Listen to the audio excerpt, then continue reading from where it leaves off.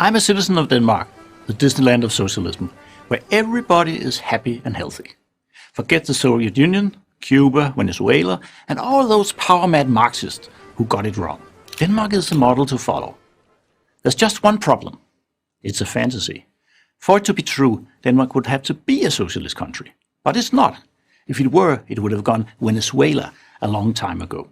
Sorry to bring all the new fans of socialism the bad news, but that's the reality. Yes, it's true that Denmark has high taxes and a high level of government spending, key features of a socialist mentality. But in almost every other respect, Denmark is a full-on free market capitalist country. And it has some of the strongest protection of individual property rights in the world.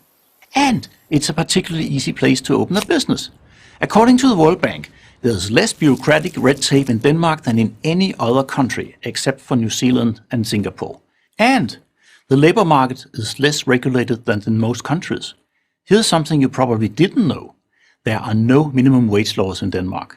It's not surprising then, or maybe it is surprising given all the misinformation out there, that Denmark ranks consistently as one of the top-ranked free market economies in the world by the Fraser Institute in Canada and the Heritage Foundation. So if Denmark is not a socialist country, what is it?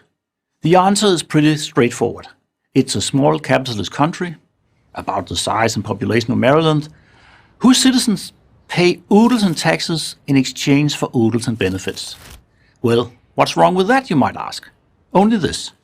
For the government to pay out such benefits, you need citizens to make enough money to pay the necessary taxes. And that's only possible through a free market economy. Let me explain with some Danish history. Denmark, like its Scandinavian neighbors, Sweden and Norway, made a remarkable economic recovery after the Second World War. The combination of a highly productive workforce and, get this, low taxes created a lot of wealth. So, like every other wealthy welfare state, Denmark became wealthy before it created the welfare state. Relative to Europe, Denmark's economic high water mark was in the 1950s. Relative to the US, it was in the early 70s. It was then, in the late 60s and early 70s, that the country's ruling elite became preoccupied with wealth redistribution. But the price paid for this social experiment was steep and swift. The expansion of public spending led to a severe economic crisis. The national debt skyrocketed.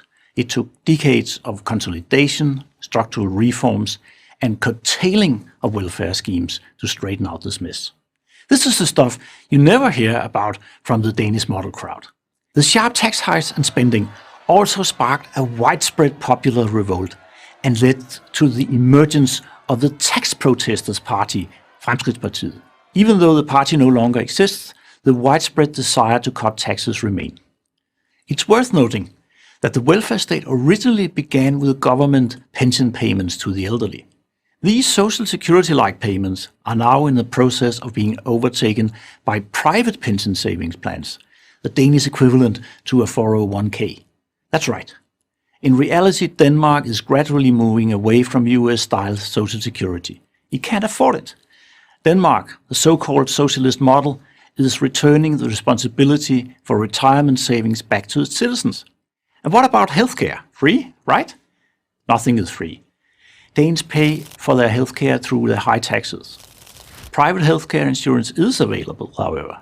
It's becoming more and more popular as long wait times associated with government-run medical care becomes less and less popular. But in a welfare state, education is free, right? Well, that's another thing about free. It doesn't mean ideal. Almost 1 in 5 parents in Denmark chooses to send his or her children to private schools, paying part of the bill themselves. Yes, college is free, and even includes a living allowance. But there's a growing problem of getting students to graduate. Many wish to stay students and be supported by the state. One of those welfare state problems socialists don't like to talk about. And again, all this free stuff comes with a price.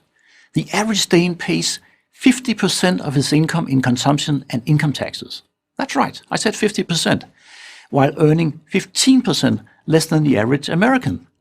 After taxes, an average American has a 27% higher disposable income than a Dane. Don't get me wrong.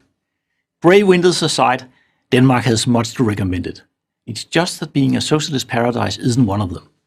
I'm Otto Brons Petersen, economist for the Center of Political Studies in Copenhagen, Denmark, for Prager University.